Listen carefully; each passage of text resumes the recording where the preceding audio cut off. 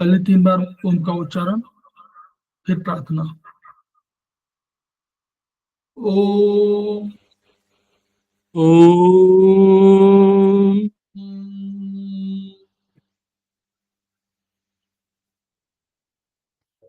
ओम ओम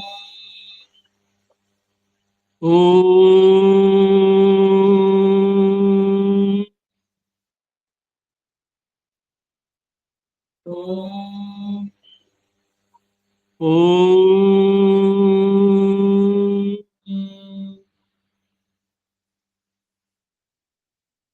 वह शक्ति हमें दो दयानिधे, कर्तव्य मार्ग पर डट जाए, पर सेवा पर उपकार में हम निज जीवन सफल बना जाए। वह शक्ति हमें दो दयानिधे, कर्तव्य मार्ग पर डट जाए, हम दीन दुखी निबलों पितरों के सेवक बन संताप हरे। ओ है पिछड़े भूले भटके, उनको तारे खुद तर जाए। वह शक्ति हमें दो दयानिधे, कर्तव्य मार्ग पर डट जाए। चले देश दम्भ पाखंड झूठ, अन्याय से निश दिन दूर रहे, जीवन हो शुद्ध सरल अपना, शुचि प्रेम सुधारस बरसाए।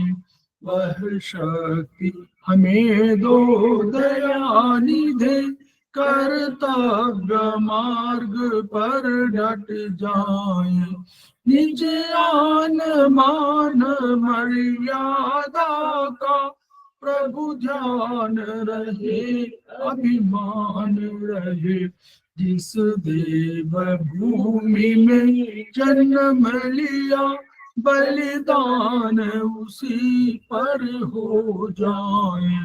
वह शक्ति हमें दो दयानिधे, कर्तव्य मार्ग पर डट जाए, पर सेवा पर उपकार में हम निज जीवन सफल बना जाए।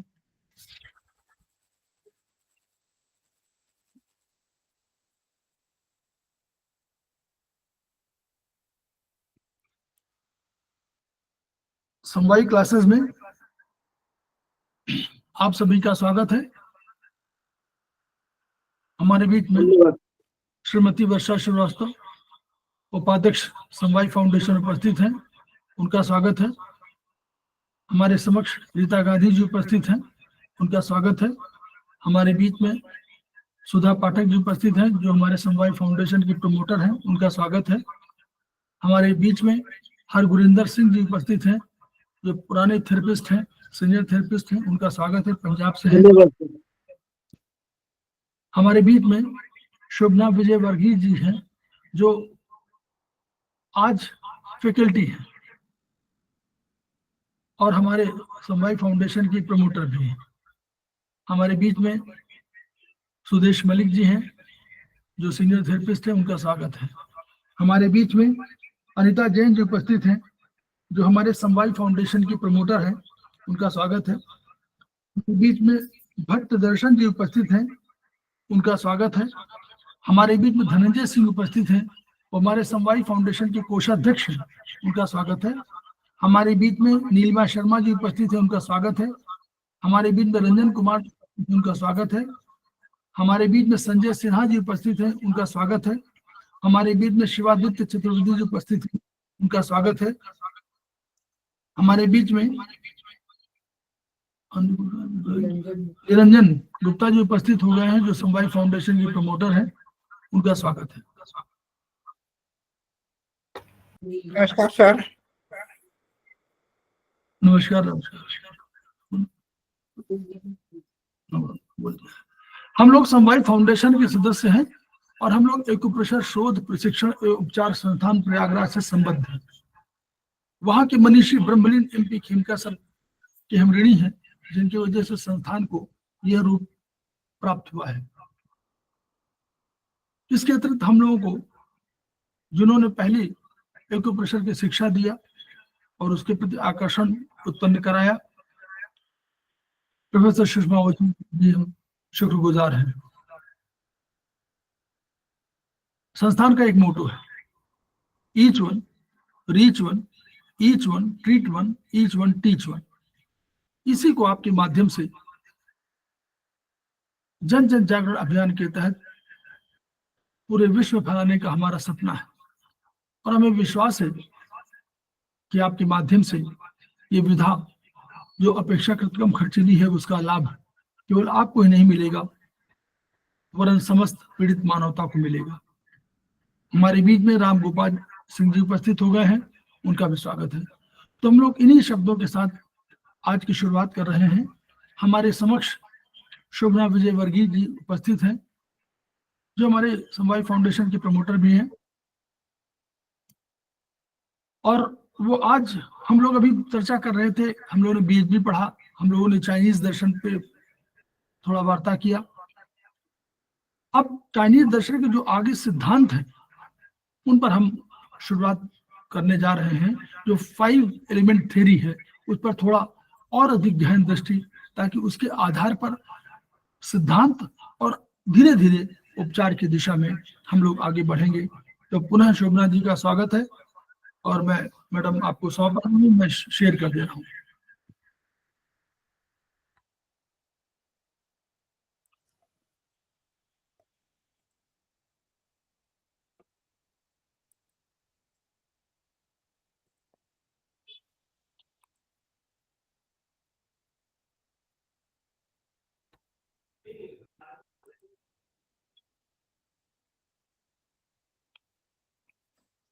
जी मैडम, शेयर हो रहा है। हाँ जी sir, thank you sir, thank you so much sir, आपने मुझे ये मौका दिया इस प्लेटफॉर्म पे। तो सर्वप्रथम अपने माननीय खेमका सर, अग्रवाल सर को मैं प्रणाम करती हूँ। अरविंद सर, आपको पुनः एक बार प्रणाम करती हूँ। और इस संस्था के जितने भी माननीय सदस्यगण हैं सभी को मेरा नमन है। और सभी यहाँ नमस्ते, यहाँ पे समस्त जितने भी साथी हैं उन सबको मेरा सादर प्रणाम। तो इस श्रृंखला में हम आज चर्चा करने वाले हैं पंचतत्व सिद्धांत की। पंचतत्व के नाम से हम कोई भी ऐसे नहीं है जो हम जानते नहीं है कि पंचतत्व क्या है। पंचतत्व जिसको अलग अलग भाषाओं में अलग अलग तरह से बोला जाता है, अलग अलग कंट्रीज में उसको अलग अलग नाम दिए गए हैं। और हम अपनी भाषा में बात करें तो would, fire, earth, matter and water, ये जो पंचतत्व सिद्धांत है, इस पंचतत्व सिद्धांत से एक सिंगल सेल से लेकर ये पूरी सृष्टि इसके कॉम्बिनेशन से ही बनी हुई है। हम किसी भी तरफ अगर नजर दौड़ाते हैं, हम कोई भी चीज देखते हैं तो हर चीज में पंचतत्वों का समावेश है। और इन पंचतत्वों से ही कोई भी चीज इम्बैलेंस होती है और बैलेंस होती है। इम्बैलेंस, अगर हमें कहीं पे पृथ्वी की जरूरत है और वहां पे अगर जल बढ़ गया तो क्या होगा? बाढ़ आती है। कहीं पर अगर अग्नि है और वहां पर उसको वायु मिल गई, हवा मिल गई, तो वो अग्नि बहुत ज्यादा फैल जाती है। तो इस तरह से इन पंच तत्वों पर हम ट्रीटमेंट्स भी करते हैं, पर इसका हमें सबसे पहले ज्ञान होना चाहिए कि पंचतत्व है क्या और ये किस तरह से काम करता है। हम जो थेरेपी सीख रहे हैं, जिस पे हम कार्य कर रहे हैं या हमें करना है कार्य, तो ये बहुत बेस है। अगर इसकी आधारशिला पंचतत्व को हम अच्छे से समझ जाएं तो हम बहुत अच्छे से प्रोटोकॉल्स को भी सीख सकते हैं, बीमारियों को भी समझ सकते हैं, इम्बैलेंस किस तरफ हो रहा है हम वो भी समझ सकते हैं। तो मैं अपनी तरफ से पूरा प्रयास करूंगी इस चीज को एक्सप्लेन करने की, और फिर भी अगर कोई कमी हो रह जाए तो मैं माफी चाहूंगी। पंचतत्व सिद्धांत फर्स्ट सेमेस्टर में जैसे आपको सामने स्क्रीन पे दिखाई दे रहा है कि अलग अलग बीमारियों को होना और उसका नियंत्रण, तो हम इसको किस तरह से करते हैं। सर इसकी रीडिंग भी लगानी है या सिर्फ अपने हिसाब से मैं बोल दूं? बोल दीजिए, वो तो दिखाई पड़ रहा है लोगों को। हाँ, आप अपने हिसाब से बोल सकती हैं। ओके। जैसे कहीं पर, जैसे इसमें सामने दिया हुआ है कि अगर कहीं पे जल तत्व बढ़ जाए तो क्या होगा, वहां पे फैलाव हो जाए, उसमें जल तत्व बढ़ने से सूजन आ जाएगी, तो हमें क्या करना होगा, उस जल तत्व को वहां से कम करना होगा। लेकिन जल तत्व को कम करने से ऐसा नहीं होता है कि हम जल को वहां से निकाल दें। हमें जल तत्व को कम करने के लिए कौन से तत्व की एनर्जी को बढ़ाना होगा, तब जल तत्व कम होगा। तो ये जानकारी हमें इस पंचतत्व सिद्धांत से मिलती है। जैसे आवश्यकता होती है हमें यहाँ पे अंतःस्रावी ग्रंथियों को जानने की, जो हमारे पंच तत्वों से हमारे शरीर में हार्मोन्स का संतुलन करते हैं। तो ये धीरे धीरे इन चीजों को जब हम समझते हैं तो हमें बहुत सारी चीजें क्लियर हो जाती हैं। सर नेक्स्ट चार्ट खोल दीजिए। जी, चार्ट। हाँ जी, हाँ सर पूरा नहीं दिखाई दे रहा है। ये आप इस चार्ट में देख सकते हैं। हम यहाँ पर ये नहीं कह सकते कि कौन सा तत्व पहले होगा। ये 5 तत्व हैं, जो पांचों तत्व एक दूसरे को जनरेट भी करते हैं, कंट्रोल भी करते हैं। ठीक है, अगर हम सबसे पहले एक वुड को देखें, वुड मतलब कास्ट। अगर हम सब जानते हैं कि एक समय पृथ्वी पे जल तांडव था, ठीक है, अगर हम सिंपल सी बात लेते हैं, जल तांडव था, तो जल खत्म हुआ तो हमें क्या दिखा, जल कैसे हुआ कि उसने पोषित किया कास्ट को। अगर हमें कोई पौधा लगाना है तो हम क्या करेंगे, हम उसमें पानी डालेंगे, सींचेंगे, और वो जो पौधा होगा वो छोटा सा अंकुरित होकर के एक कास्ट के रूप में हमें दिखाई देता है। तो कास्ट किसने पूरित किया उसको, जल ने सींचा कास्ट को। ठीक है, कास्ट के बाद आ जाता है अग्नि। तो कास्ट के बाद ही अग्नि रखा गया है, इसके भी कारण है।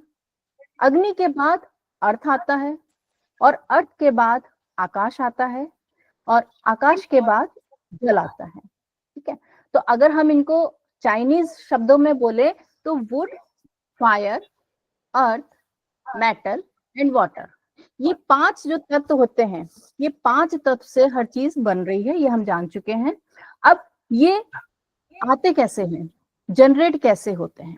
ठीक है, अगर हमने जल की बात करी तो जल से क्या जनरेट हुआ, जल से जनरेट हुई कास्ट, वुड। ठीक है, वुड बन रही है, पैदा हो रही है, और वुड से, वुड को हम विंड के रूप में भी जानते हैं।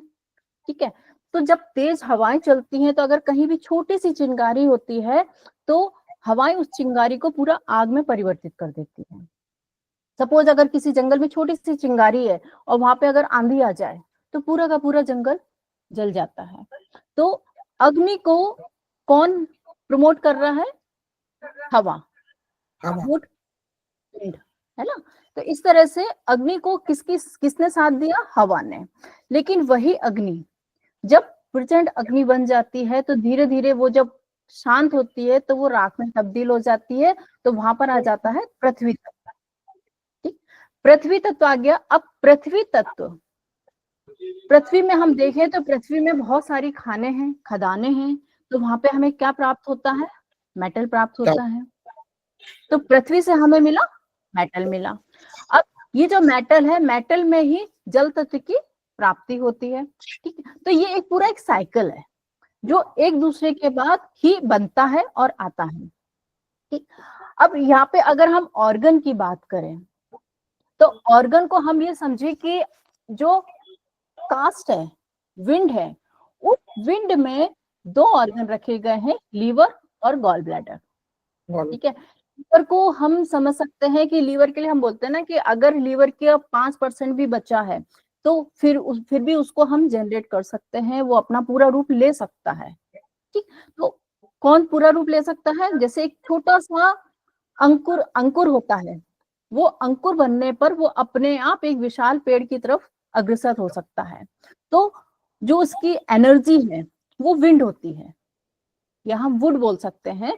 तो लीवर और गॉल ब्लैडर को रखा गया है वुड एलिमेंट में। यिन यांग आप लोग पढ़ चुके होंगे या समझ चुके होंगे। तो इन यांग में इन हो गया लीवर एंड यांग हो गया गॉल ब्लैडर। ठीक इस तरह से फायर होता है।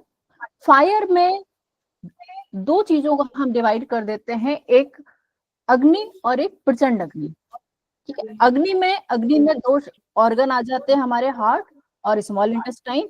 लेकिन प्रचंड अग्नि में हमारा आ जाता है ट्रिपल वार्मर और पेरिकार्डियम। यहाँ पर हम अग्नि में ही अग्नि और प्रचंड अग्नि को शामिल किए हुए हैं। तो आप यहाँ देख सकते हैं कि अग्नि के फायर में ही आपको 4 ऑर्गन मिल रहे हैं, small intestine, heart, triple warmer and pericardium. तो जो 12 ऑर्गन को हम परिभाषित करते हैं अपने शरीर में, जिसकी मेरिडियन के रूप में या ऑर्गन के रूप में हम उनको ट्रीट करते हैं, तो पहला हो गया liver, gall bladder. Next fire पर हो गया हमारा small intestine, heart, pericardium and triple warmer. अब नेक्स्ट हम बात करते हैं अर्थ की। तो अर्थ आ जाता है स्प्लीन एंड स्टमक। ठीक है, इसके बाद आता है मेटल आ गया हमारा लंग्स एंड लार्ज इंटेस्टाइन। और सबसे आखिर में आ जाता है हमारा सबसे नीचे वाटर एलिमेंट, और वाटर एलिमेंट में होता है किडनी एंड यूरिनरी ब्लैडर। अगर हम इन तत्वों को उनके ऑर्गन के अकॉर्डिंग समझे तो किडनी का वर्क क्या है? फिल्टर करना। किडनी का टाइम होता है शाम को 5 से 7। जब वो हमारा पूरा डाइजेशन कंप्लीट हो जाता है, हमारा वाटर भी हम इंटेक कर लेते हैं, और फिल्ट्रेशन बिल्कुल लास्ट जो एक डाइजेस्टिव सिस्टम का प्रोसेस होता है उसके लास्ट का बिल्कुल टाइम होता है 5 से 7।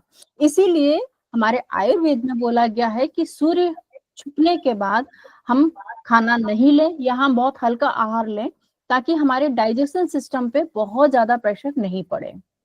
तो किडनी और यूरिनरी ब्लैडर को अगर हम देख पा रहे हैं जल तत्व में, तो हम उसके कार्य को भी समझ सकते हैं कि जो जल से संबंधित, लिक्विड से संबंधित जो फिल्ट्रेशन का काम हो रहा है, जो यूरिन वेस्ट की तरह शरीर के बाहर निकल रहा है, तो ये काम कौन कर रहा है? किडनी एंड यूरिनरी ब्लैडर मिलकर के। ठीक है, इसी तरह से लीवर एंड गॉल ब्लैडर क्या करते हैं? जूस का खाना पचाने के लिए हमारे काम आते हैं। तो जो जूस निकल रहा है, एक जूस क्या हो गया? एक हमें रास्ता दे रहा है खाना को पचाने के लिए। Heart and small intestine, triple warmer and pericardium, इसको हम ये समझ सकते हैं ये फायर में रखे हैं। तो एक्चुअल में ये होता है एक अग्नि, ब्लड गर्म होता है। ठीक है, तो ब्लड को हम कहाँ मानते हैं? फायर में मानते हैं। तो उसका जो रूप है, जो उसका कार्य करने की शैली है, वो उसके अकॉर्डिंग हमने इनको एलिमेंट्स में देख सकते हैं डिवाइड करके। इसी तरह से स्प्लीन और स्टमक। अब अगर हम पृथ्वी तत्व पे बात करते हैं, तो पृथ्वी तत्व क्या है? फैला हुआ है। ठीक, और स्प्लीन, स्टमक यहाँ हमारे डाइजेशन में सबसे पहले काम करते हैं। यहाँ पर हमारा फैट मेटाबॉलिज्म काम करता है, बट यही फैट जब डाइजेस्ट नहीं होता है तो एक फैलाव की तरह हमें दिखाई देता है। और जैसे जैसे हम आगे बढ़ते हैं, तो पृथ्वी से हम कहाँ पहुंचे? मेटल पे। अर्थ से हम पहुंचे मेटल पे। मेटल में कौन से ऑर्गन आ गए? Lung and large intestine. ठीक है, लंग्स क्या कर रहे हैं? हमारे ऑक्सीजन और कार्बन डाइऑक्साइड का इनहेल एक्सहेल कर रहे हैं। ठीक है, और यहाँ लार्ज इंटेस्टाइन का वर्क होता है कि जो भी हमने खाया है, जो भी हमने इंटेक किया है, उसका जो वेस्ट मटेरियल है वो हमारे शरीर के बाहर, तो देखिए बाहर निकालने में दोनों का ही रोल आ रहा है, लंग्स का भी और लार्ज इंटेस्टाइन का भी। ठीक है, और लास्ट में फिर से आ गया वाटर। तो इस तरह से हम पंच तत्वों पर अपने 12 ऑर्गन को रख सकते हैं, और उनके कार्यशैली, उनके एलिमेंट, उनकी एनर्जी के अकॉर्डिंग हम उनको समझ सकते हैं। अब इसमें हमारे 6 इनऑर्गन आ गए और 6 हमारे यांग ऑर्गन आ गए। ठीक है, अब इन और यांग को भी, जैसे स्टार्टिंग में क्या होता है कि हम ये भी नहीं समझ पाते हैं कि हमें किसको हमें इन बोलना है और किसको यांग बोलना है। तो इनको आप ये समझ लीजिए कि जो 24 आवर काम करते रहते हैं वो हमारे इन ऑर्गन हो गए, और जो जरूरत पड़ने पे काम करते हैं वो हमारे होलो ऑर्गन कहलाते हैं, उन्हें हम यांग कह देते हैं। ठीक है, जैसे एक एग्जांपल है कि हमारा जब जन्म होता है तो हमारे लंग्स तुरंत काम करते हैं, हमारे हार्ट तुरंत काम करता है। ठीक है, क्योंकि हमारा पंप होने लगता है, और जब ये पंपिंग बंद हो जाती है तो हमारा जीवन भी खत्म हो जाता है। हमारी सांसें अगर बंद हो जाती है तो हमारा जीवन खत्म हो जाता है। तो लंग और हार्ट को हमने कहाँ लिया? इन ऑर्गन में, सॉलिड ऑर्गन में, जो हमारे रेगुलर काम करते हैं। तो आप यहाँ चार्ट में देख सकते हैं कि इन ऑर्गन में लीवर, हार्ट, स्प्लीन, लंग्स,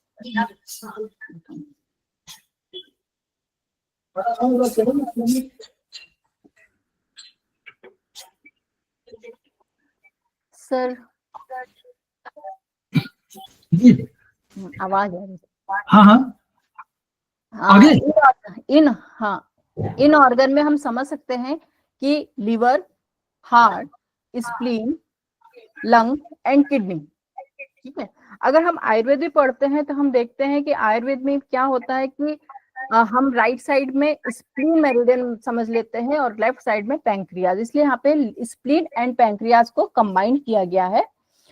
और अगर हम यांग ऑर्गन समझें, यांग ऑर्गन मीन्स होलो ऑर्गन। आप देखिए गॉल ब्लैडर अपना काम कब कर रहा है? जब खाना स्टमक में आता है। ठीक है, हमने फूड पाइप्स, हमने फूड इंटेक किया, हमने लिक्विड इंटेक किया, और जब वो इंटेक करने के बाद हमारे स्टमक में आया, ठीक, जब स्टमक में आया तो हमने क्या खाया है ये जानकारी कौन दे रहा है?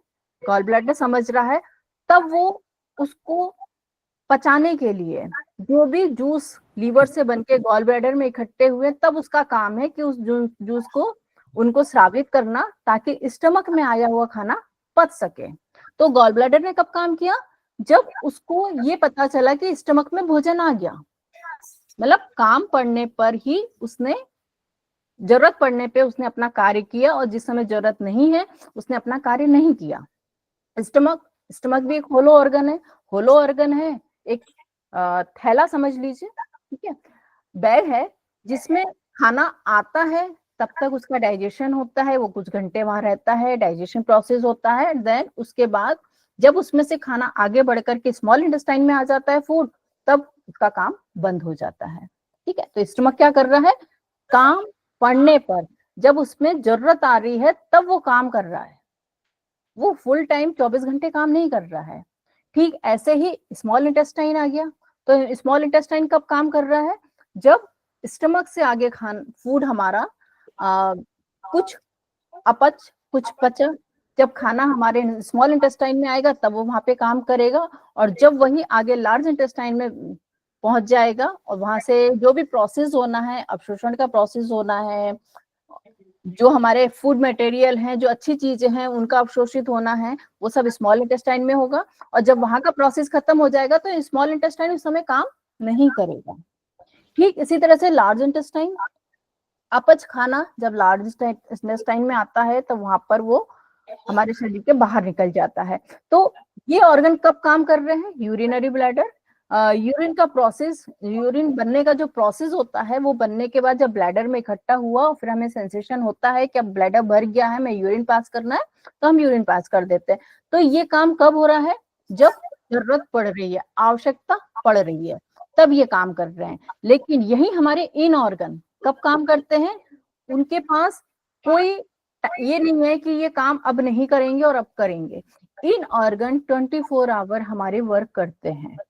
मतलब हमारा जो जीवन चल रहा है, अगर हम स्प्लीन को बोलें तो वो अपना अलग अलग उसके प्रोसेस होते हैं, फूड की बनाना है, ब्लड को बनाने में काम वर्क करना है, वो एक अपना एक सॉलिड ऑर्गन होते हैं ये, और ये अपने काम करते हैं। जैसे लीवर हो गया, ये अपना काम करता रहता है, लंग अपना काम करता रहता है, किडनी अपना काम करता रहता है।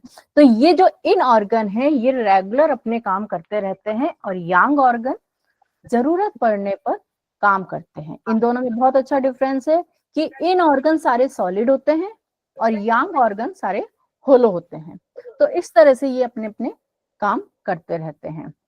और यहाँ पे एलिमेंट हम जान चुके हैं कि लीवर, गॉल ब्लैडर, वुड होता है, हार्ट, स्मॉल इंटेस्टाइन, फायर आ गया, और इसके साथ में ट्रिपल वार्मर एंड पेरिकार्डियम।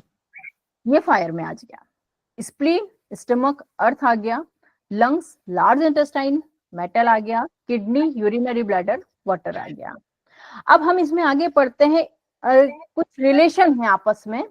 उन रिलेशन की अगर हम बात करें तो सबसे पहले इसमें रिलेशन आता है मदर एंड सन का।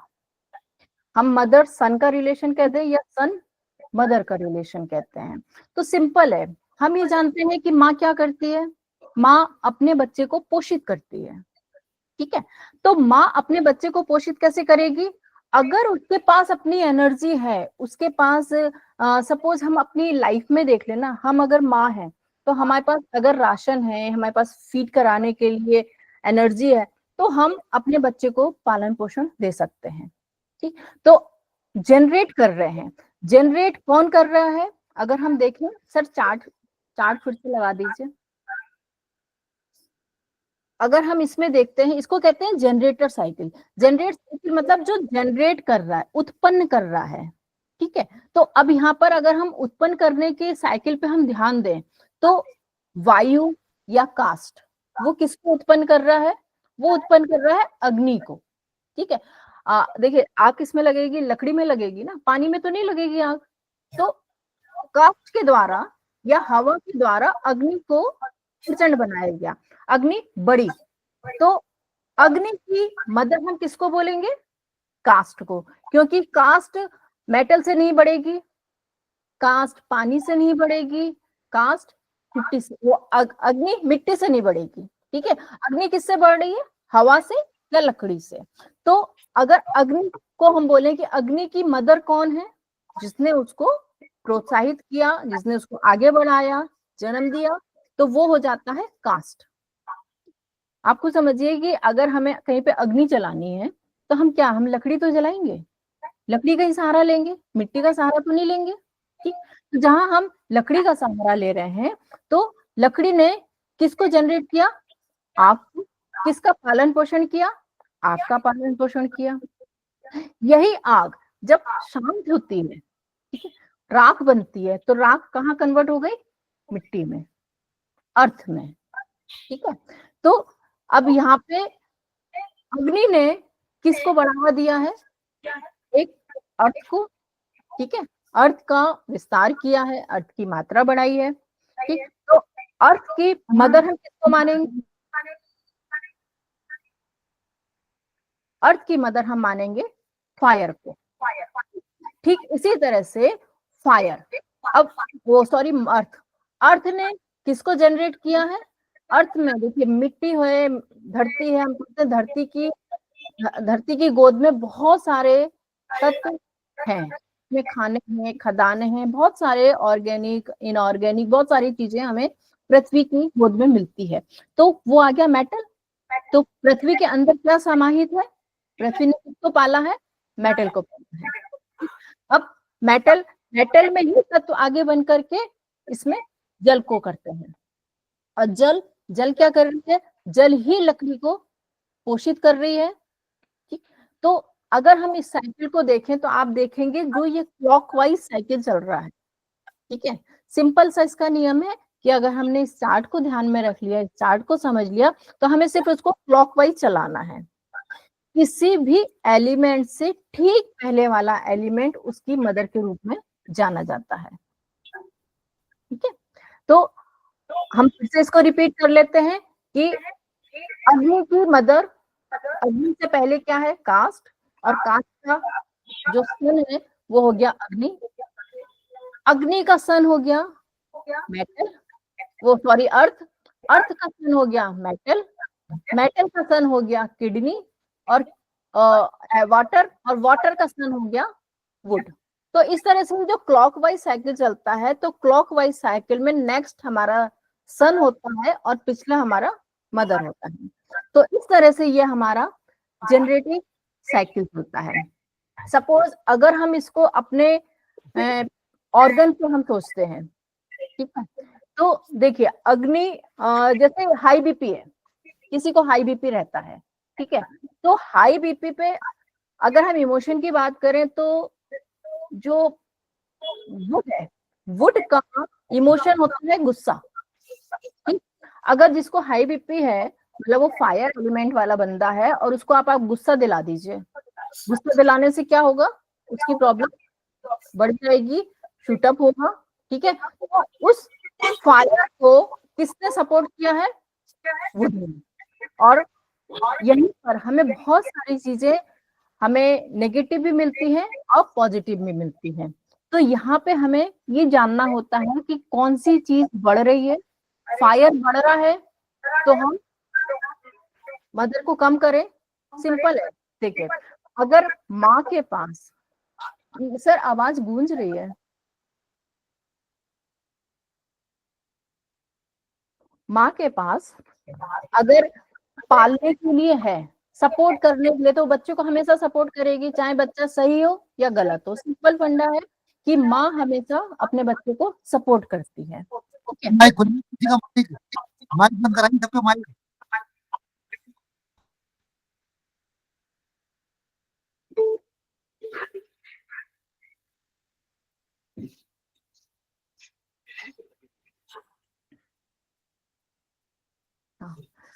माँ हमेशा अपने बच्चे को पालती है, चाहे वो अच्छा कर रहा है या बुरा कर रहा है, जो भी कर रहा है माँ हमेशा सपोर्ट करती है, ठीक है। तो माँ सपोर्ट कब करेगी, जब माँ के पास एनर्जी होगी। अगर माँ के पास एनर्जी है, उसको फीड कराने के लिए एनर्जी है, तो वो बच्चे को देगी, तो बच्चा उसमें क्या होगा, कमजोर नहीं पड़ेगा। लेकिन अगर माँ ही कमजोर है तो वो अपने बच्चे को कैसे पालेगी, नेचुरल है, बच्चा भी कमजोर होगा। तो हम जब देखते हैं प्रॉब्लम्स में, तो जनरली ये सोचते हैं कि हमने ये चार्ट तो पढ़ लिया, हमें तत्व पता चल गए, पर हम इसको ट्रीटमेंट में कैसे जोड़ेंगे। तो सिंपल है, जब हम ये जानेंगे ना कि अग्नि अग्नि से रिलेटेड चीजें कम हो रही हैं, उसको हमें सपोर्ट चाहिए, तो सबसे पहले हम सपोर्ट कहाँ ढूंढते हैं, वुड में ढूंढते हैं। तो वुड में जब हमें सपोर्ट मिलेगा तो हम अग्नि को उसे सपोर्ट देंगे और वो हमारी प्रॉब्लम को सॉल्यूशन निकलेगा, ठीक है।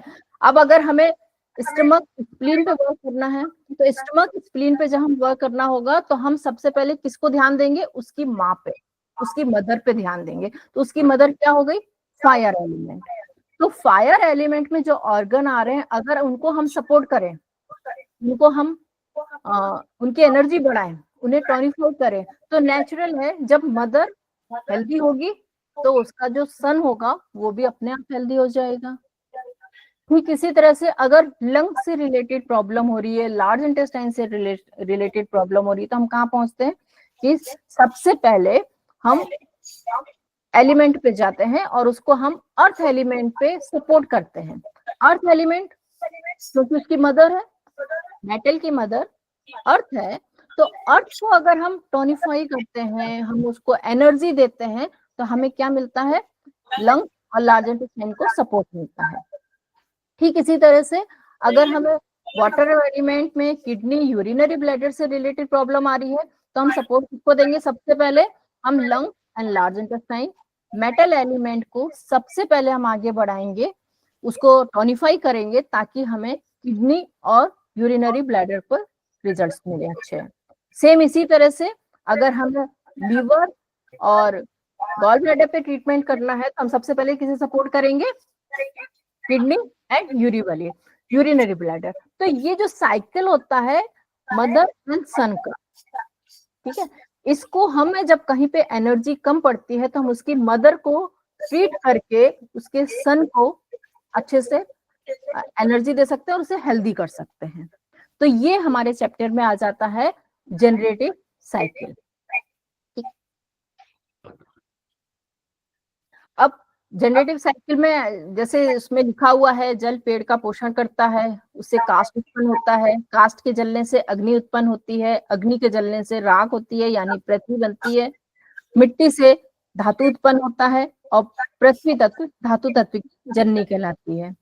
धातु से जल पैदा होता है और धातु तत्व जल तत्व की जननी होती है। तो ये हमारे पेज नंबर 9 पे सब कुछ लिखा हुआ है, ठीक है। तो ये साइकिल हो गया हमारा मदर एंड सन का। इसी में एक पॉइंट और आता है सन एंड मदर, ठीक है। अभी हमने क्या पढ़ा, मदर एंड सन, अब आ गया सन और मदर। कई बार क्या होता है कि मदर वीक हो रही है और सन हमारे पास एनर्जी प्लस प्लस करके दी गई है, ठीक है। तो हम क्या करेंगे, उस समय सन के पास बहुत ज्यादा एनर्जी है, तो हम, माँ वीक है तो हम क्या ट्रीटमेंट करेंगे, जो माँ वीक है उसकी भी कोई माँ है, ठीक है, उसकी एनर्जी बढ़ाएंगे और मदर की भी एनर्जी बढ़ाएंगे। तो इस तरह से हम सपोर्ट करते हैं ट्रीटमेंट प्रोटोकॉल्स में, ठीक है। इसी में एक साइकिल हमारा आ जाता है grand mother and grand son, ठीक। अब यहाँ पे आप चार्ट देखो, ग्रैंड मदर कैसे बनी। ग्रैंड मदर कौन होती है, जैसे माँ की माँ, मेरी माँ मेरे बच्चे की नानी हो गई, ग्रैंड मदर हो गई, ठीक है। तो अगर वुड की माँ वाटर है और वुड का सन फायर है, तो अब फायर की अगर हमें ग्रैंड माँ को सर्च करना है तो कहाँ से हम करेंगे, हम सबसे पहले फायर की मदर पे गए, देन फायर की मदर हो गई वुड और वुड की मदर हो गई वाटर, ठीक है। तो यहाँ से हमारा रिलेशन निकल जाता है कि फायर की जो ग्रैंड मदर है वो किडनी हो गई, kidney urinary bladder and water हो गया। वाटर एलिमेंट को हम मान सकते हैं कि फायर का ग्रैंड मदर, यानी माँ की माँ। उल्टा, अभी जनरेटिव साइकिल में हम क्या कर रहे थे, हम क्लॉकवाइज चल रहे थे, बट अगर हमें ग्रैंड मदर का रिलेशन ढूंढना है तो हम एंटी क्लॉक चलते हैं, एक एलिमेंट को छोड़ के पीछे वाले एलिमेंट पे आते हैं, तो हमें ग्रैंड मदर की एलिमेंट एनर्जी मिल जाती है, ठीक है। अब आप देखें कि यहाँ पर अगर हम कंट्रोल करते हैं, ये आता है कंट्रोल साइकिल, इसको हम कंट्रोल साइकिल कहते हैं। कंट्रोल साइकिल कैसे किया, जैसे अगर कहीं पे अग्नि बहुत ज्यादा बढ़ रही है तो हम कंट्रोल किससे करते हैं, पानी डाल देते हैं, अग्नि को हम बुझा सकते हैं। तो पानी क्या हो गया, उसकी ग्रैंड मदर, फायर की ग्रैंड मदर पानी हो गया। तो अग्नि जब जहाँ पे ज्यादा बढ़ी है तो हमने उसमें पानी डाल दिया, सेम ऐसे ही अगर हम स्टमक देखें, स्टमक स्प्लीन देखें, ह्यूमिडिटी, अर्थ, ठीक है। अर्थ के अगर हम ग्रैंड मदर ढूंढते हैं तो हम पीछे चलेंगे, पीछे एंटी क्लॉकवाइज चलेंगे, तो ह्यूमिडिटी से, अर्थ से हम पहुंचे फायर पे, फायर से पहले हम पहुंचे वुड पे, तो वुड और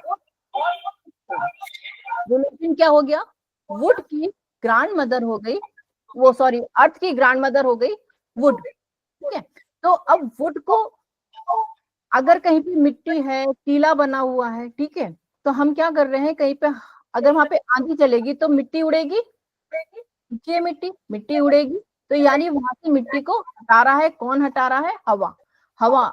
या हम ये समझ सकते हैं कि जैसे कहीं पे जमीन है तो उस जमीन को बांधेगा कौन, जब अगर हम उस पे वहां पे पौधे लगा दें, पेड़ लगा दें, तो वो उसकी जो जड़ें होंगी वो जमीन को बांध लेंगी, ठीक है।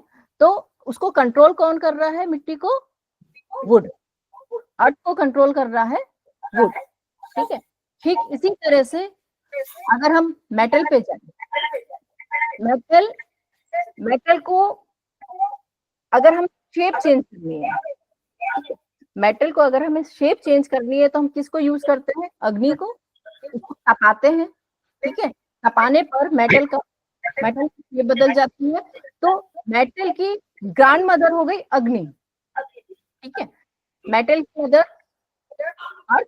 अर्थ फायर, तो फायर ग्रैंड मदर है मेटल की, क्योंकि मेटल को अगर हमें शेप कोई भी देना है तो हमें सिर्फ जरूरत पड़ती है एक अग्नि की। अग्नि में जब मेटल को जलाया जाएगा तो उसमें शेप दे सकते हैं, ठीक है। अब अगला हमारा एलिमेंट आता है वाटर। वाटर एलिमेंट में अगर कहीं भी पानी बह रहा है और आपने उस पर अगर मेड़ बना दी, मिट्टी की मेड़ बना दी, ठीक है, उसको बांध दिया, तो बांधना किससे, अर्थ से, ठीक है। या कहीं पे खूब पानी भरा है, आप उस पे ना मिट्टी डाल, मिट्टी डालने से क्या होगा, पानी का लेवल कम होगा, धीरे धीरे पानी सूख जाएगा। तो पानी को कंट्रोल किसने किया है, वाटर को कंट्रोल किया है ग्रैंड मदर ने। ग्रैंड मदर कैसे निकली, मैम आवाज रिपीट हो रहा है। इको हो रही है सर आवाज। अरविंद आपका भी मैच खुला हुआ, आप प्लीज क्लोज कर लीजिए। अरविंद सर आप अपना माइक क्लोज कर लीजिए, वो रिपीट हो रहा है। अच्छा ठीक से, एक सेकंड।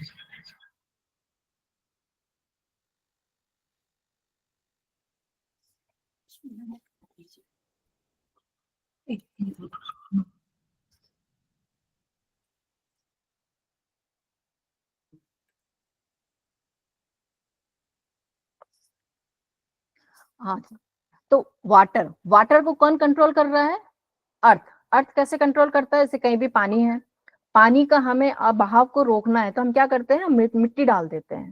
ठीक है, हमने मिट्टी डाल दी तो वहां पे पानी रुक जाएगा, या कहीं भी पानी अगर भरा है और हमने वहां पर मिट्टी को भर दिया तो क्या होगा, पानी धीरे धीरे वहां पे खत्म हो जाएगा, मिट्टी उसे सोख लेगी और वहां पे मिट्टी जम जाएगी। तो वाटर को कंट्रोल किया उसकी ग्रैंड मदर अर्थ ने।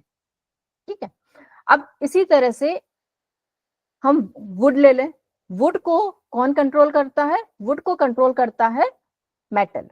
आप देखिए, अगर हमें पेड़ को काटना है, डिस्ट्रॉय करना है, ठीक है, तो हम किससे करेंगे, हम उसको काटेंगे किससे, मेटल से। हम एक आरी लेंगे और पेड़ को काटेंगे। ठीक, तो वुड को कंट्रोल करने वाला हो गया मेटल। अगर इसी एलिमेंट को हम ऑर्गन्स में देखें, ठीक, कि हमें अगर कंट्रोल साइकिल से चलना है, कंट्रोल साइकिल से हम जब चलते हैं तो हमारा ये नियम है, हमें इस नियम को ध्यान रखना होता है कि कंट्रोल साइकिल में दादा और पोता, ये दो है रिलेशन, या दादी और पोता, आप जो भी मान ले। ठीक है, तो ग्रैंड चाइल्ड, इन दो में से एक की एनर्जी हमेशा ज्यादा होगी और एक की एनर्जी कम होगी। ठीक, तो जिसकी अगर दादा है, ठीक है, ग्रैंड मदर है, ठीक है, ग्रैंड मदर की अगर एनर्जी कम है तो ग्रैंड चाइल्ड की हमेशा एनर्जी ज्यादा होगी। ठीक, तो यहाँ पे हमें जब बैलेंस करना है तो हम कैसे करेंगे बैलेंस, कि जिसकी हमें ट्रीट करना है, सपोज अगर हमें मेटल को ट्रीट करना है, ठीक है, मेटल को ट्रीट करना है तो हम इसके ग्रैंड मदर पे जाते हैं, फायर पे। अगर ग्रैंड मदर की एनर्जी कम है तो इसको कंट्रोल करने के लिए हम दूसरी एनर्जी बढ़ा देंगे, और अगर ज्यादा है तो हम दूसरी एनर्जी को कम करेंगे। ठीक है, तो इस तरह से हम सब्जुगेशन पे चलते हैं, grand mother and grand child के रिलेशन पे। इसी में आगे दी गई हैं 3 प्रकार की बीमारियां, पेज नंबर 11 पे। ठीक है, बीमारियां क्या है, एक्यूट, जो अभी हुई है, कुछ समय में ही हुई है, 2 दिन में हुई है, 1 दिन में हुई है, 10 दिन में हुई है, जो अभी हमें तुरंत में बीमारी होती है उसको हम कहते हैं एक्यूट डिसीज। ठीक, और एक है जो हमें बीमारी हुई लेकिन हम उसको प्रॉपर, हमें ट्रीटमेंट नहीं मिला या हमने उसको ट्रीट नहीं किया है, तो वो धीरे धीरे अंदर रमती गई। जब वो अंदर रमती गई तो क्या हुआ, वो धीरे धीरे हमारी बीमारी पुरानी होती गई, जिसको हम कहते हैं क्रॉनिक।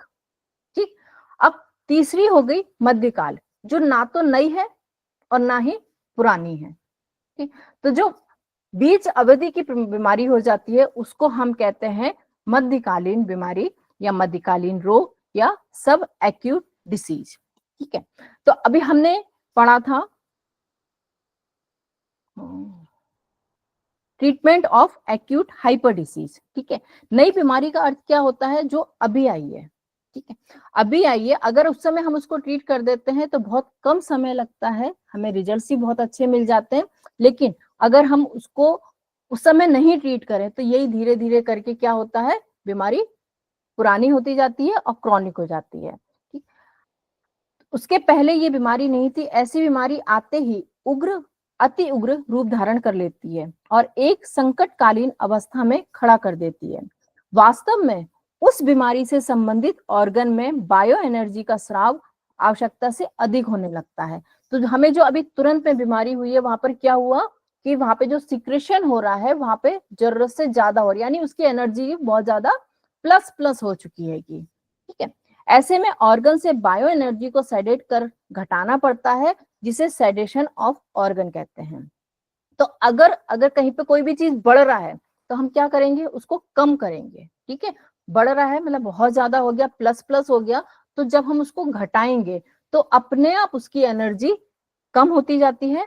और 12 में से प्रत्येक मेरिडियन में एक स्पेसिफिक सेडेशन पॉइंट होता है उसका, जिसे हम सन पॉइंट कहते हैं। और सन पॉइंट पर उपचार देने से संबंधित मेरिडियन से ऊर्जा सन ऑर्गन से ट्रांसफर हो जाती है और अधिक ऊर्जा का नियंत्रण हो जाता है। तो मदर में अगर प्रॉब्लम आ रही है तो हमने उसको किसको ट्रीट किया, सन पॉइंट को, यानी मदर में एनर्जी थी तो हमने सन पॉइंट को सेडेट कर दिया है। अब इसमें आगे lungs, large intestine, stomach, spleen, heart, इन सब के सन पॉइंट दिए हैं और साथ में उसकी एलिमेंट्स की एनर्जी का भी नाम लिखा गया है। जैसे लंग्स का Lu5 है, ठीक है, ये है वाटर पॉइंट, ठीक। तो अब ये आगे जब हम 5 पॉइंट पढ़ेंगे तो हम ये समझेंगे कि ये हर एलिमेंट के अपने 5 तत्व होते हैं और उन 5 तत्व में कौन सा ऑर्गन सन पॉइंट बनता है और कौन सा मदर पॉइंट बनता है। तो ये 5 पॉइंट आगे हम जब पढ़ेंगे तो हमें क्लियर होता जाएगा। अब इसी तरह से दीर्घकालीन पुरानी बीमारी होती है। पुरानी बीमारी से संबंधित ऑर्गन में ऊर्जा आवश्यकता से कम होती है। सर सन पॉइंट और मदर पॉइंट बताना है डिटेल पूरी,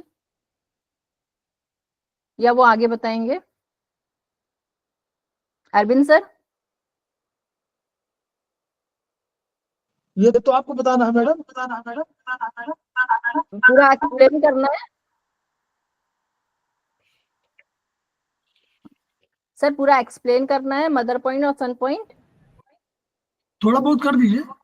ओके, तो सर चार्ट खोल दीजिएगा। अपनी चार्ट तो आपने बनाया चार्ट। सर मेरे को थोड़ा पेज एक क्वेश्चन नंबर है। पूछना था सर। मैं सत्यवती बोल रही हूँ। हाँ बोलिए। ये सर क्यों एक मैंने एक उनको वो जो बाहर से मेरी फ्रेंड आई हैं उनको जोड़ रही थी, पर उन्होंने अभी फॉर्म आज भरा है, अभी फीस जमा नहीं करी है उसकी, तो क्या उनको इसमें जोड़ सकती हूँ? कहाँ मतलब वो कहाँ फीस एक्सप्रेस में? हाँ अभी जमा नहीं करी उन्होंने, फीस जमा नहीं करी, फॉर्म तो भर दिया है बोल रही हैं, पर फीस अभी जमा नहीं करी है, तो क्या उनको इस उसमें जोड़ सकते हैं? मैम हमारा तो ओपन है, ओपन टू ऑल है। अच्छा सर, ठीक है सर, जी thank you sir, thank you जी। सर हाँ मैडम बोलिए। चार्ट है, चार्ट खोल दीजिएगा सर। चार्ट, हाँ चार्ट खोल रहा हूँ। ये जो 5 पॉइंट का चार्ट है पेज नंबर 8, हाँ सर यही वाला, ये वाला? सर निकल गया। हाँ जी। सर ये वाला ठीक है, थैंक यू सर। देखिए जैसे हमने सबसे पहले पढ़ा है कि हर एक सेल के अपने 5 तत्व होते हैं, ठीक है। तो अगर हम इन एलिमेंट्स की बात करते हैं और इन एलिमेंट पे अगर ऑर्गन की बात करते हैं तो हम ये सोचें कि अगर चलिए वुड में तो क्या है, लीवर एंड गॉल ब्लैडर, तो ये वुड हो गया, तो क्या वुड किसी और ऑर्गन का नहीं है? तो ऐसा नहीं होता है, हर एक में 5 तत्व समाहित हैं। हाँ ये फर्क पड़ता है कि किस तत्व की एनर्जी सबसे ज्यादा है। तो जिस तत्व में सबसे ज्यादा एनर्जी होगी उसको उस एलिमेंट पे रखा गया है। जैसे अगर हम सबसे पहले देखें लंग्स को हमने कहाँ पे रखा है, मेटल में, ठीक। लेकिन लंग में 50% आप एनर्जी समझ लीजिए मेटल की है, बट बाकी जो 50% है उसमें चारों एनर्जी विद्यमान है। बाकी चारों कौन सी एनर्जी है? Water, food, fire and earth. और तो सबसे ज्यादा उसमें एनर्जी किसकी हो गई? मेटल की। लेकिन अभी जो 4 बाकी की एनर्जी है जो लंग्स में विद्यमान है, तो इनको ही अगर हम लंग मेरिडियन में जो 5 पॉइंट है, अगर इनको हम एक पूरे साइकिल पे रखते हैं तो लंग 11 को हम ले लेंगे वुड पे, ठीक है, lung 10 fire, lung 9 earth, lung 8 metal and lung 5 water. तो अब हम इसमें देखें, अगर लंग 8 कहाँ आ गया? मेटल पे, यानी जो मेटल पे सबसे ज्यादा एनर्जी है, लंग मेटल एनर्जी का है। तो जो लंग 8 है वो पूरी तरह से मेटल एनर्जी से भरपूर है। लेकिन इस लंग के बाकी की जो पॉइंट है, लंग 11 जिसमें मेटल के साथ साथ वुड एनर्जी भी ज्यादा मात्रा में शामिल हो गई, लंग 10 जिसमें मेटल के साथ फायर एनर्जी भी ज्यादा शामिल हो गई, लंग 9 जिसमें अर्थ एंड मेटल ये एनर्जी है, और Lu5 जिसमें मेटल के साथ वाटर एनर्जी की भी ज्यादा मात्रा हो गई। तो अगर हम इसको पूरे एक साइकिल पर रखते हैं तो एक नियम होता है कि इन एंड यांग ऑर्गन, ये हम जान चुके हैं। तो जो भी इन ऑर्गन होते हैं उनका जो टिप पॉइंट होता है उसको हम रखते हैं विंड पे, ठीक है।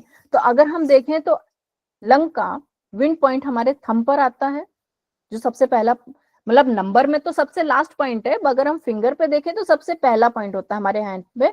तो इसको हमने रखा क्योंकि लंग क्या है? इन ऑर्गन। इन ऑर्गन को हम कहां से शुरू करते हैं? 5 में वुड से शुरू करते हैं। अब अगर हम एक साइकिल पे चढ़ते जाएं, क्लॉकवाइज ही हम सिर्फ चलते जाएं, तो क्लॉकवाइज हम Lu11 के बाद क्या आता है? Lu10, Lu10 के बाद Lu9। तो इसी क्रम में चलेंगे would, fire, earth, metal and water, ठीक है। तो अगर हम इस तरह से साइकिल पे चल रहे हैं तो हमें ये देखना है कि जो एनर्जी का एलिमेंट है वो अपनी खुद की एनर्जी पे कहां पर है। लंग मेटल एनर्जी है, लेकिन उसकी खुद की कौन सा नंबर हो गया मेटल पे? Lu8। तो Lu8 वो पॉइंट हो गया जो ऑलरेडी अपनी खुद की एनर्जी पे बैठा हुआ है, Lu8, ठीक है। तो अब इसका हम, ये तो मेन हो गया, ठीक है। अगर हमें इसका सन पॉइंट अब निकालना है तो मेटल का सन कौन होता है? वाटर। तो हम देखेंगे कि वाटर पे कौन सा नंबर बैठा हुआ है? Lu5, ठीक है। Lu5 वाटर पर है, तो मेटल का सन हो गया वाटर, वाटर पे नंबर आता है Lu5। अब यहीं पर अगर हमें लंग का मदर पॉइंट देखना है तो मदर पॉइंट हम किसको देखेंगे? मेटल की मदर कौन सी है? अर्थ। तो अर्थ पे हमारा कौन सा पॉइंट आ रहा है? अर्थ पे हमारा पॉइंट आता है Lu9, ठीक है। तो लंग का हम उस समय मदर पॉइंट किसको समझेंगे? Lu9 को। तो जो आगे बताया गया है कि हम सन पॉइंट को सेडेट कर रहे हैं, तो सन पॉइंट हमारा क्या हो गया? Lu पे अगर हमें लंग पे काम करना है और लंग का अगर हमें सन पॉइंट चाहिए जिसको हमें सेडेट करना है, तो हमारा पॉइंट निकलता है Lu5, ठीक। तो इस तरह से हम मदर पॉइंट को भी सर्च कर लेते हैं और सन पॉइंट को भी सर्च कर लेते हैं, ठीक। इसी तरह से स्प्लीन क्या है? अर्थ। अब हमें ये देखना है कि अर्थ पर स्प्लीन का कौन सा नंबर आ रहा है। तो सबसे पहला नियम क्या है कि स्प्लीन इन ऑर्गन है। इन ऑर्गन का जो फर्स्ट पॉइंट होता है वो हम, मतलब फर्स्ट पॉइंट हम किसको मान रहे हैं? जो हमारे हाथ और पैर की टिप्स पर है उसको हमने फर्स्ट पॉइंट मान लिया है, ठीक है। 6 मेरिडियन हमारे पैरों से आती है, पैरों से है, और 6 मेरिडियन हमारे हाथों से है, ठीक है। तो जो इन टिप्स पे, नेल्स पे पास जो हमारा फर्स्ट पॉइंट होता है वहां से हम स्टार्टिंग करते हैं। तो इन ऑर्गन कहाँ से स्टार्ट होता है? Would say. तो इन ऑर्गन का जो फर्स्ट पॉइंट है वो हमें वुड पे रख देना है और उसके बाद हमें इसको एक क्लॉकवाइज साइकिल में घुमा देना है। तो 5 तत्व के 5 नंबर हो गए, ठीक। तो अगर हम स्प्लीन को देखें तो हमारे जो बिग टो पर स्प्लीन 1 होता है, नाखून के पास है। मैम, और ये मैम ये नार्गन के जो पॉइंट है वो वुड से क्यों स्टार्ट होते हैं? कोई रीजन है क्या इसका? इसका जवाब सर देंगे।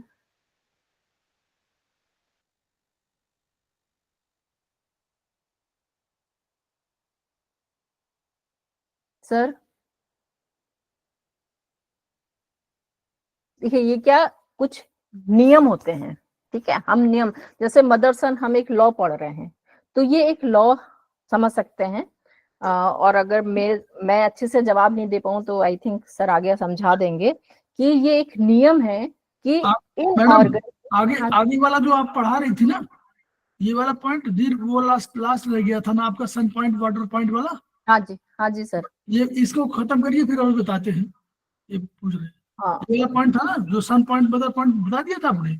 हाँ सर, वही समझा रहे थे, वही मैंने आपसे पूछा था कि इसमें समझाना है क्या। नहीं वो तो शू पॉइंट का पॉइंट है, लेकिन हाँ इसमें ये है कि हर पॉइंट पे हम आगे समझा देंगे। और हाँ आप इसको बता दीजिए, ये वाला जो है दीर्घकालीन वाला था, इसका पॉइंट ऑफ क्लासिफिकेशन वाला था ना।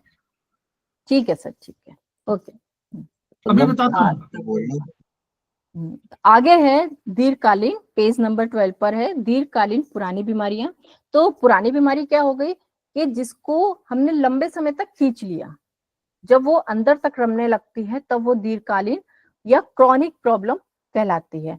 तो क्रॉनिक प्रॉब्लम को ट्रीटमेंट करने का सबसे अच्छा नियम होता है कि 12 में से प्रत्येक मेरिडियन में एक स्पेसिफिक टोनिफिकेशन पॉइंट होता है जो उसका मदर पॉइंट कहलाता है। ठीक, तो मदर पॉइंट पर उपचार देने से मेरिडियन में ऊर्जा मेरिडियन से ट्रांसफर होकर के चली जाती है। तो अभी हमने जो साइकिल पढ़ा था मदर और सन का, तो अगर हमें किसी भी चीज ऑर्गन पे या किसी एनर्जी पे प्रॉब्लम हो रही है तो हम उसके जो मदर एनर्जी पे जाते हैं और उस पे जो उसका रिलेटेड ऑर्गन होता है उस पे हम ट्रीटमेंट करते हैं, तो वहां पे हमें मदर पॉइंट मिल जाता है, मदर एलिमेंट पे मदर पॉइंट मिलता है, जो आगे हम 5 शू पॉइंट पे पढ़ेंगे, सर बताएंगे। तो मदर पॉइंट को हम टोनिफाई करते हैं। मदर पॉइंट को हम जब टोनिफाई करेंगे तो जो हमारे 12 ऑर्गन्स हैं और 5 एलिमेंट हैं उनके पॉइंट्स हैं, जैसे लंग्स पे Lu9 अर्थ पॉइंट होता है जो मदर पॉइंट कहलाता है। लार्ज इंटेस्टाइन का Li11 ये भी अर्थ पॉइंट होता है जो मदर पॉइंट कहलाता है। स्टमक का स्टमक 41 फायर पॉइंट होता है, मदर पॉइंट कहलाता है। स्प्लीन का स्प्लीन 2 फायर पॉइंट होता है और ये मदर पॉइंट कहलाता है। हार्ट का हार्ट 9 वुड पॉइंट होता है। स्मॉल इंटेस्टाइन का Si3 वुड पॉइंट होता है, ये भी मदर पॉइंट कहलाता है। यूरिनरी ब्लैडर UB67 का मेटल पॉइंट होता है। किडनी का K7 मेटल पॉइंट होता है जो मदर पॉइंट कहलाता है। पेरिकार्डियम P9 वुड पॉइंट होता है। ट्रिपल वार्मर 3 वुड पॉइंट होता है जो मदर पॉइंट कहलाता है। गॉल ब्लैडर का गॉल ब्लैडर 43 वाटर पॉइंट होता है जो मदर पॉइंट कहलाता है। एंड लीवर 8 ये लीवर का वाटर पॉइंट होता है और मदर पॉइंट कहलाता है। तो इस तरह से हम क्रॉनिक बीमारियों पे मदर पॉइंट को टोनिफाई करके हम रिजल्ट्स लेते हैं। अब लास्ट है हमारा मध्यकालीन रोग, ठीक है, जो ना तो पुराने होते हैं ना नए होते हैं। तो इन पे हम कैसे ट्रीटमेंट करते हैं, जब बीमारी बहुत पुरानी नहीं हुई है पर नई भी नहीं है, तो ऐसे में संबंधित ऑर्गन अथवा एक से अधिक ऑर्गन में ऊर्जा कम और अधिक हो सकती है। ऐसे में आवश्यकता अनुसार टोनिफिकेशन अथवा सेडेशन होता है। मतलब हमें डिटेल्स जाननी होती है कि हमें कहाँ पे टोनिफाई करना है और कहाँ पे सेडेट करना है। जब किसी ऑर्गन को सेडेट करना हो तो उसके कंट्रोलर ऑर्गन को टोन करने से भी लाभ मिल जाता है, और जब किसी ऑर्गन को टोन करना है तो उसके कंट्रोलर ऑर्गन को सेडेट करने से भी लाभ मिल जाता है। मतलब पहले हमने नियम क्या पढ़ा था, मदर एंड सन का नियम, और अब हम यहाँ पे ले रहे हैं कंट्रोलर साइकिल, ठीक है। तो जब हम कंट्रोल ऑर्गन को सेडेट करने से भी लाभ मिलता है, अतः किसी को ऑर्गन को टोन अथवा सेडेट कई प्रकार से किया जा सकता है। आवश्यकता अनुसार एक अथवा एक से अधिक टोनिफिकेशन अथवा सेडेशन के तरीकों का भी प्रयोग किया जाता है। 5 एलिमेंट चार्ट में दिए गए संकेतों के अध्ययन से बीमार ऑर्गन का ज्ञान होता है। रोगी की उम्र, वाणी, स्वाद, रंग आदि देखकर बीमारी के कारण का पता लगता है। विभिन्न ऑर्गन के बैलेंसिंग, टोनिफिकेशन एवं सेडेशन करने वाले बिंदुओं को आगे चार्ट में बताया गया है, जिसपे हम आगे पढ़ सकते हैं। इसमें एक उदाहरण दिया गया है कि रीनल फेल्योर अर्थात किडनी की कार्य क्षमता जब बहुत कम हो जाए तो किडनी एवं यूरिनरी ब्लैडर के बैलेंसिंग पॉइंट पर उपचार देने से आशातीत लाभ मिलता है। इसी प्रकार अन्य ऑर्गन के टोनिफिकेशन, सेडेशन एवं बैलेंसिंग के लिए भी चार्ट दिया गया है, जिनको आगे हम पढ़ सकते हैं। सर ये कंप्लीट हो गया है।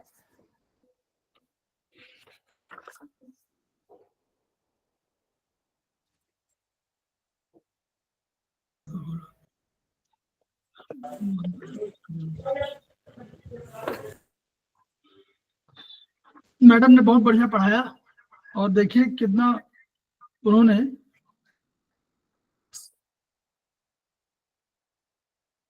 बहुत अच्छे से एक्सप्लेन किया मैम, बहुत अच्छा एक्सप्लेन किया हुआ है। बहुत अच्छे से किया सर। बहुत बढ़िया पढ़ाया मैम। सर सर आपके संवाद से जो हाँ प्रश्न जी हाँ, सरिता जैन मैडम प्रश्न पूछे।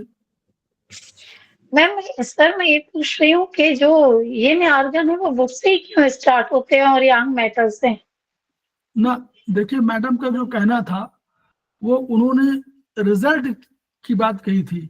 आपने लंग्स मेरिडियन में आपने देखा था कि लंग्स मेरिडियन आती कहाँ से जाती और पहुंचती कहाँ है, ये तो हम लोग को मालूम है। क्लेविकल बोन के आसपास से शुरू होती है और लंग्स मेरिडियन आती है और हमारे थंब में आ जाती है, थंब के नेल में। ये तो हम लोग प्रैक्टिकल पढ़ चुके हैं।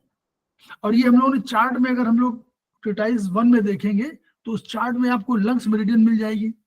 अब आगे पढ़िए, मैडम ने जो एक चीज कही कि सारे कंसेप्ट क्या समझिए, इसीलिए बार बार सरिता जैन मैडम बोल रहा हूँ कि अनिता जैन मैडम है, अलग से उनसे आप 1 घंटे का चाइनीज पे क्लास लीजिए।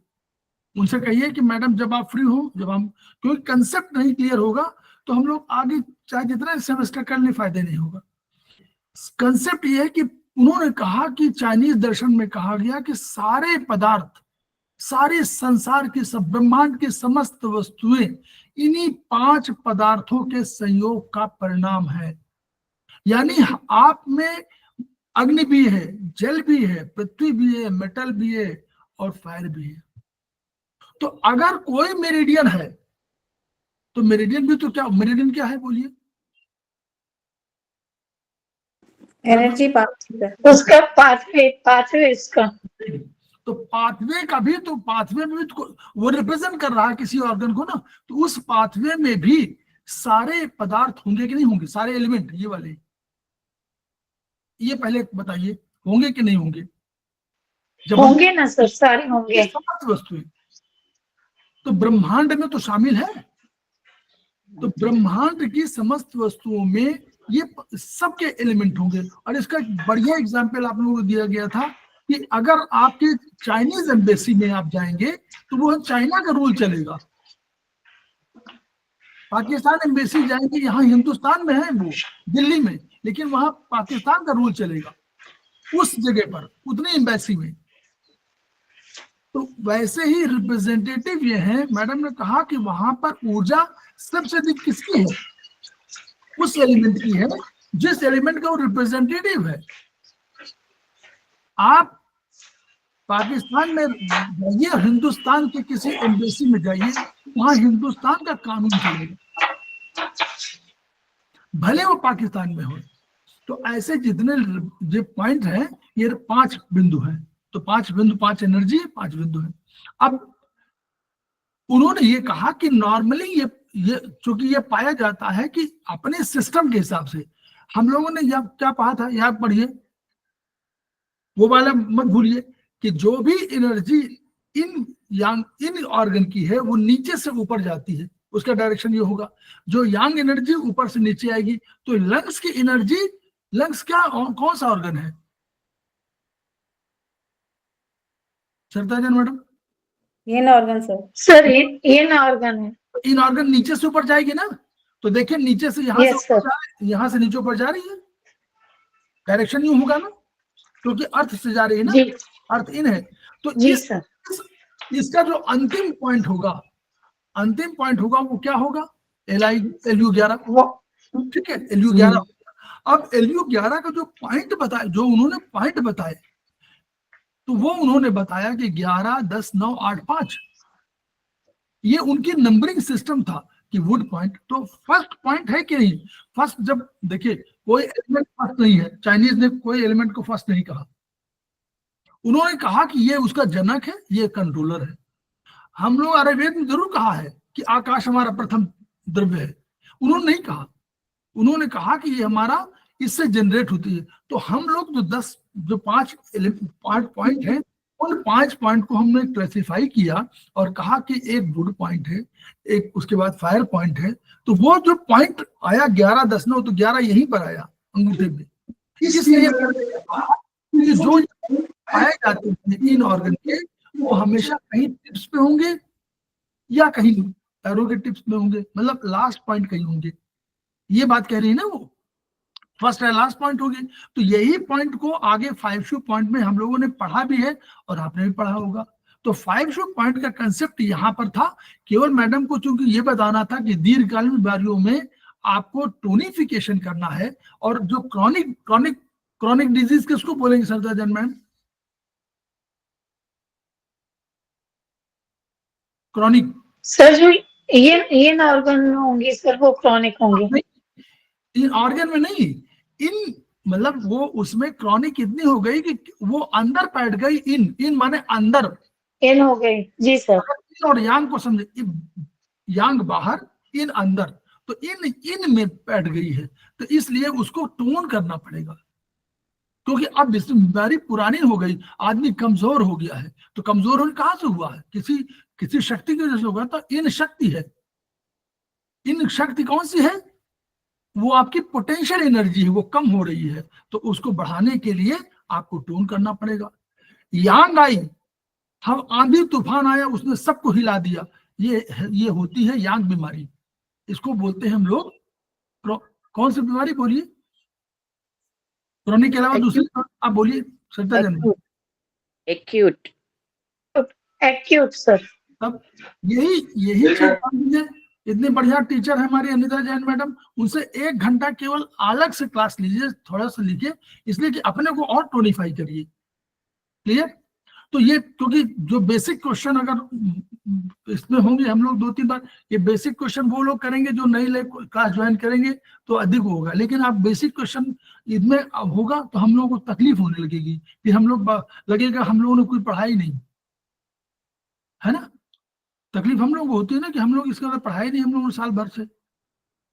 क्योंकि बाद में जब वाइवा होता है ना तो कहते थे कि कौन कोऑर्डिनेटर है, कौन किसने पढ़ाया था। तो जब समवाई का आप नाम लोगे तो समवाई का नाम तो अपने आप ही बदनाम हो गया। क्लियर? तो इस तरह मतलब कंसेप्ट समझिए, कंसेप्ट हम समझ जाएंगे, फिर हम इलाज तो धीरे धीरे हो ही जाएगा। अगर आपको मालूम हो गया, मैडम ने कहा कि जल तत्व तो बढ़ा है, तो जल तत्व तो कंट्रोलर को बढ़ा देंगे उसकी एनर्जी, तो जल तत्व कम हो जाएगा, है ना? उन्होंने कहा बहुत बढ़िया रिलेशनशिप कहा। कौन सा रिलेशनशिप कहा? कि वो नानी और दादी वाला। तो दादी ने डांट दिया तो चुप हो गए, वही वाला कंसेप्ट है। तो ऐसे हम लोग समझने की आवश्यकता है। तो हम लोग अपने ज्ञान को बढ़ाएंगे, शेयर करें। आप सरिता जी मैडम, मैं बार बार आपसे कहता हूं कि आप लोग ग्रुप में ये सब चीजें नहीं डालते हो, ग्रुप में सीखो, सिखाओ अलग से। इसमें केवल क्लास में नहीं, क्लास में सबको लेके चलना है। जहां कहीं आपको प्रॉब्लम होगी आप लोग ग्रुप में डालिए, तो आपको 4 बताने वाले मिल जाएंगे। उनमें हम अनिता जैन मैडम को डाल देते हैं, सबसे सीनियर हैं और चाइनीज काफी बढ़िया जानती हैं। हमको तो चाइनीज वाइनीज कुछ नहीं मालूम, हम कम जानते हैं, लेकिन हम थोड़ा सा कंसेप्ट जानते हैं बस। क्लियर? तो हम लोग अपने ज्ञान को बढ़ाएंगे, दूसरे ज्ञान को अपने ज्ञान को दूसरे में ट्रांसफर करेंगे, ताकि हम उनका भी ज्ञान बढ़े, हमारा भी बढ़े। ज्ञान कभी खर्च करने से कम नहीं होता और बढ़ता है। और तब हम लोग खेमका सर के सपनों को पूरा करेंगे। Each one, reach one, each one, treat one, each one, teach one. इन्हीं शब्दों के साथ हम लोग 5 मिनट के लिए विराम देते हैं और फिर हम लोग बात करते हैं। Thank you madam. Thank you madam, thank you sir. Thank you sir. Thank you.